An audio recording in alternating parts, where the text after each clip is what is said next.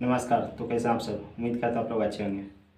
आप लोग को पता होगा कि पिछले दिन पारा पान सिंह जब लोकसभा का चुनाव लड़ रहे थे, उसमें काराकाट लोकसभा क्षेत्र से जो भाजपा को हरा करके दूसरे नंबर पर आए थे, और उस पारा पान सिंह जब चुनाव हारने के बाद से फिर एक ऐसा न्यूज चलाया गया पवन सिंह जी की तरफ से कि पारा पान सिंह आप बीजेपी से बगावत कर लिए हैं, तो अब पारा पवन सिंह बनाएंगे एक अपनी नई राजनीतिक दल, और उसी राजनीतिक दल से विधानसभा में उतारेंगे अपने कैंडिडेट, और हर कोने से लड़ाएंगे। बिहार के फॉरवर्ड समाज का लोग हैं, उस कोने से लड़ाएंगे, अपने पार्टी का चुनाव लड़ेंगे।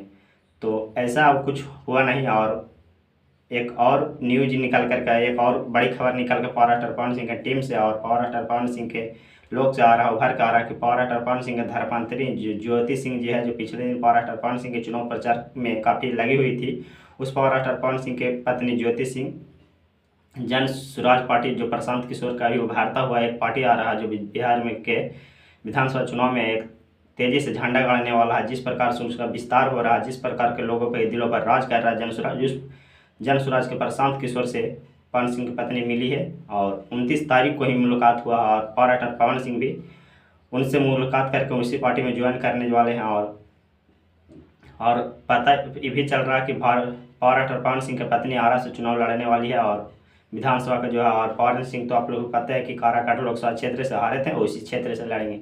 तो पारा पवन सिंह भी राज प्रशांत किशोर के पत्नी प्रशांत किशोर का पार्टी जन स्वराज ज्वाइन करेंगे। और आप लोग को पता होगा कि जिस प्रकार से बीजेपी के खिलाफ पारा पवन सिंह जब पार्टी से निकलते समय बरस रहे थे, और एक पार्टी अब ज्वाइन कर लेते, किस प्रकार से वहाँ पार्टी चुनाव का माहौल बना करके धर देंगे, और किस प्रकार से एक तरफा जीत पारा पवन सिंह को, जहाँ पूर्व IPS अनंत मिश्रा।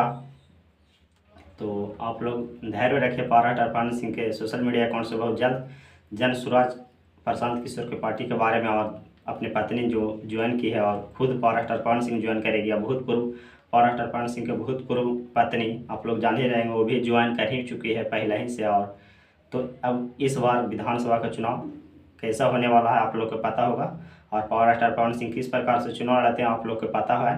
तो इस बार माहौल एकदम खराब होने वाला है विधानसभा में, और पारा पवन सिंह जौन सीट में, जौन पार्टी में चल जाए, जौन सीट पर लड़ जाए चुनाव, वहाँ पे के माहौल ना खराब हो जाए, ऐसा पारा पवन सिंह चुनाव ही नहीं लड़ते हैं।